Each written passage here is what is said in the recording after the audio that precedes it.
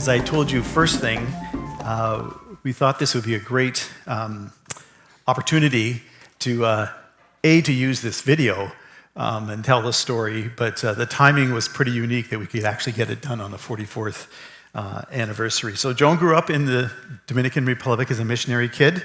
She's going to talk about that a little bit more and in the video. But this week is the 44th anniversary, August 31st, September 1st. So it's an important and tender time for Joan and people who lived through that. And but also even just this week watching the news of other hurricanes, coming in. And she told me on Friday when we met that Hurricane David is sort of this dividing line in terms of time before Hurricane David and time after, almost like marking time before Christ and after death, right? ABCAD, it's before David and after David. So we're going to walk you through some of that stuff. And so let's welcome Joan.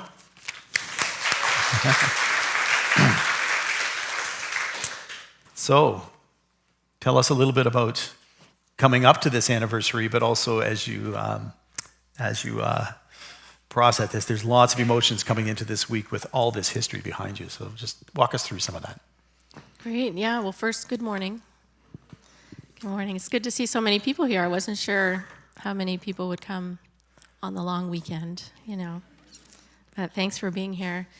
I've been a member here since 1991, but we have family connections that go much farther back. My grandparents, Anne and Weems Reed, and my mom, Sheila Shannon, were founding members of this church. So, and also my parents were supported as missionaries, commended by this chapel and many other brethren assemblies in the area. So I've always grown up knowing that this church prayed for me my whole life.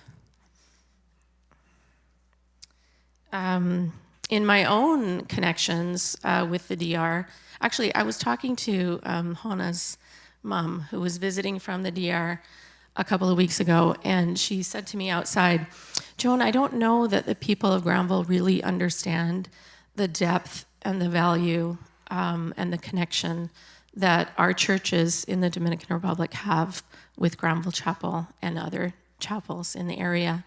And in my own experience of childhood and youth, I've been particularly close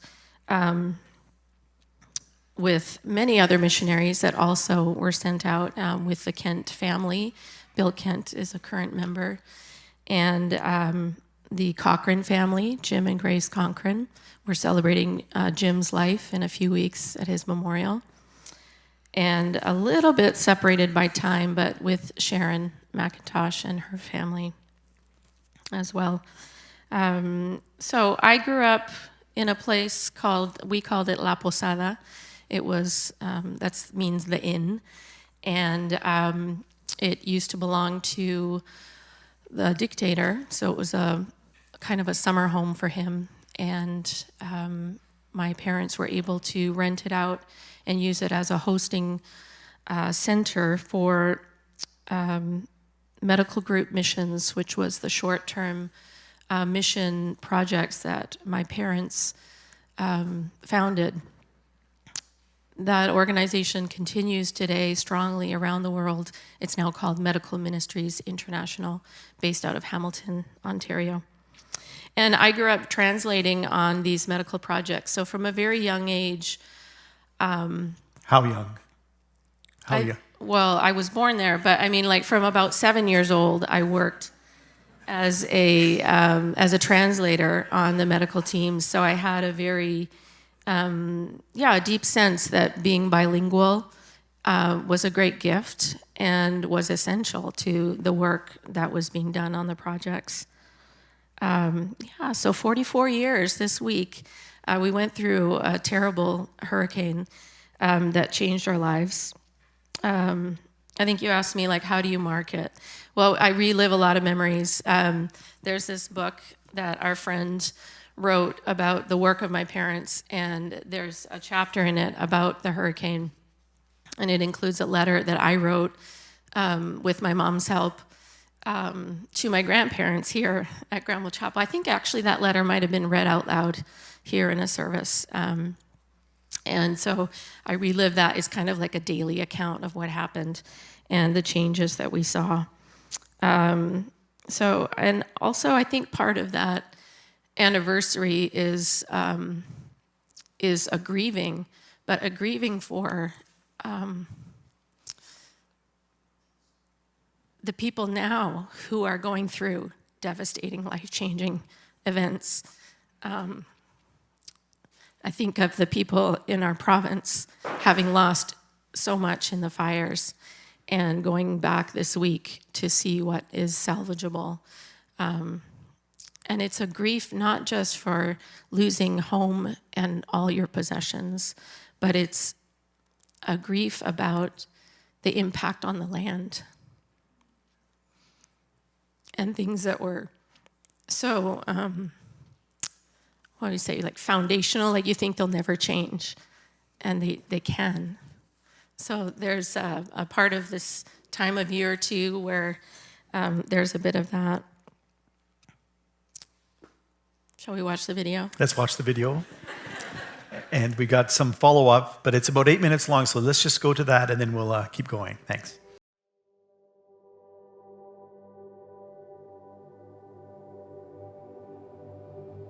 I'm Joan Shannon Jung, and I live in Vancouver, in Canby Commons, what we call our neighborhood.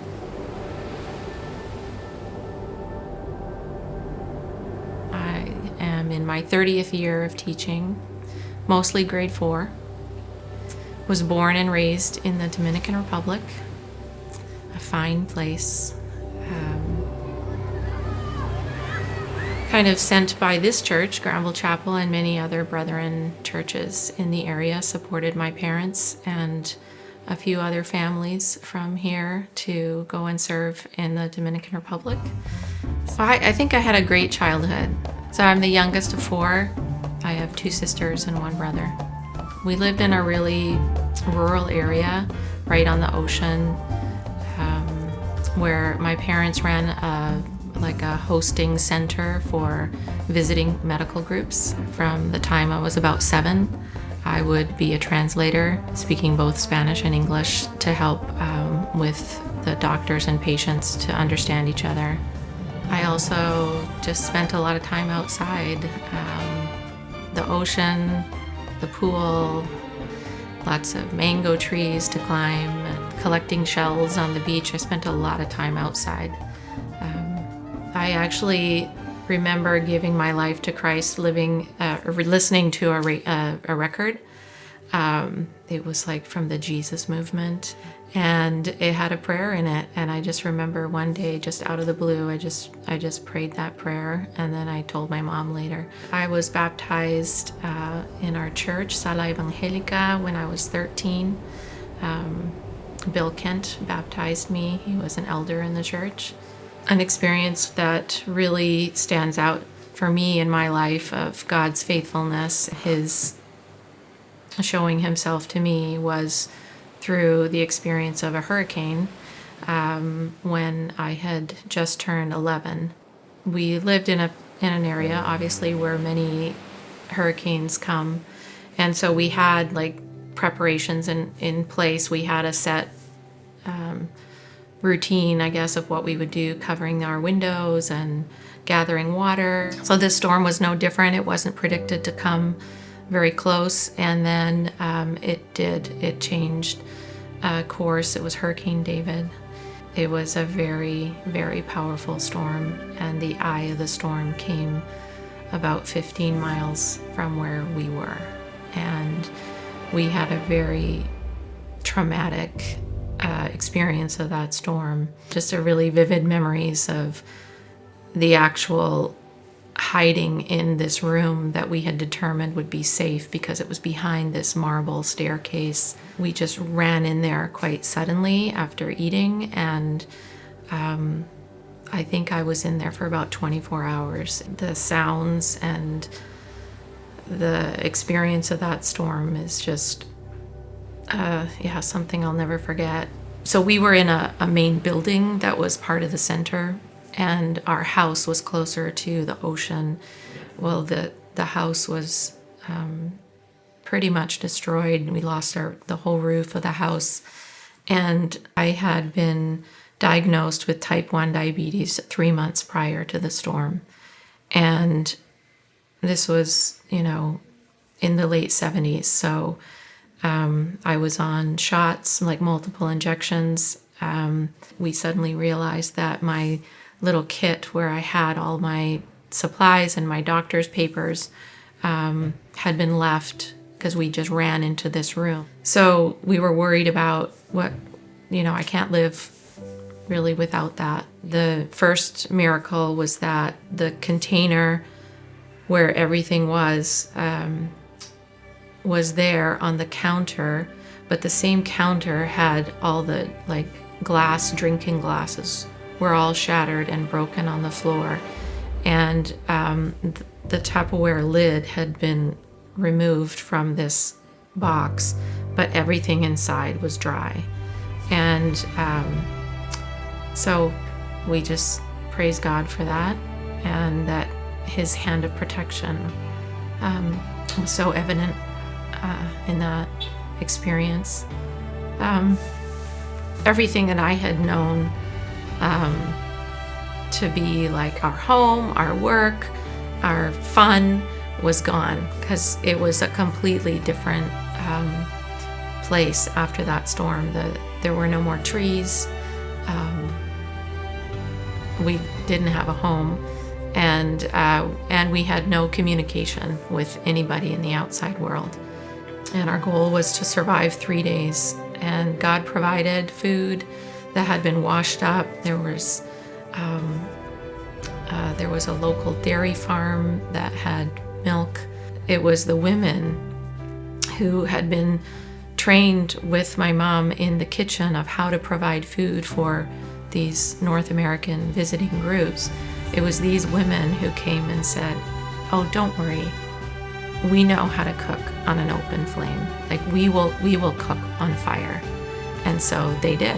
And so together we survived those 3 days until help arrived, and they were able to break through all the debris to get to where we were. I think even after that experience, as I've grown up, that has really been a marker for me of knowing who God is. But I learned that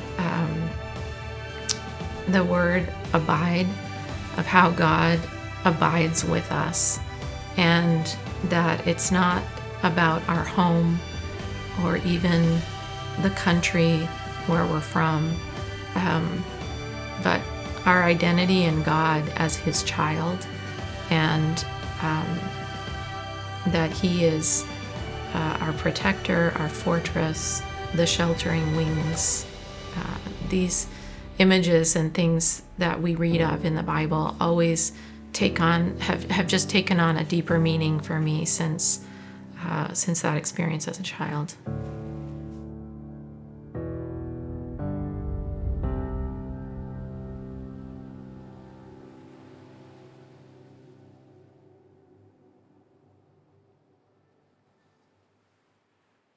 Well, when Joan and I were chatting, that the abide word came up again. So Joan's going to talk a little bit about that and sort of how that has been a theme through her years, from that moment at 11 of a hurricane, and then her life rolling out from there. So just going to walk us through some of that. Yeah, first I just want to say thank you, Hona and David, for that amazing video.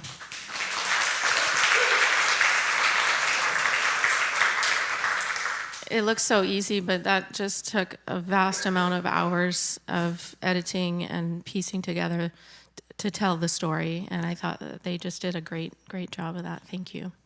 And what happened to my hair? Like, it was so smooth. I wasn't going to say anything. And, easy to control and a lot darker. I don't know. I guess that's that great video editing technique. Yeah. There's a verse in Psalm 91 that has been extremely meaningful to me. It says, "Whoever dwells in the shelter of the Most High will rest in the shadow of the Almighty. I will say of the Lord, He is my refuge and my fortress, my God, in whom I trust." And that's been a really important theme for me as I've unpacked what that experience as a child, what that has meant to me. I think that word abide has also carried me through as my parents transitioned to Vancouver. I was just finishing high school, and I was not very happy about that decision. All my life, I was Dominican. I identified as Dominican, born and raised. I was culturally comfortable there. I had never lived in Canada. And I think that word abide really carried me through that transition, that my identity is much bigger than where I'm from, as I mentioned in the video too, and that no matter where I live, that I am God's child. And that's where I find my main identity. Also just thankful that as a teacher in Vancouver, that I can share my experiences of growing up in a culture that was not the culture of my parents, and help the kids in my grade 4 classroom unpack that as well, and to value all of your cultures and to appreciate the things that your parents have taught you from your own background culture. I really thank God for that experience of mine as a child I can use in my daily life as a teacher.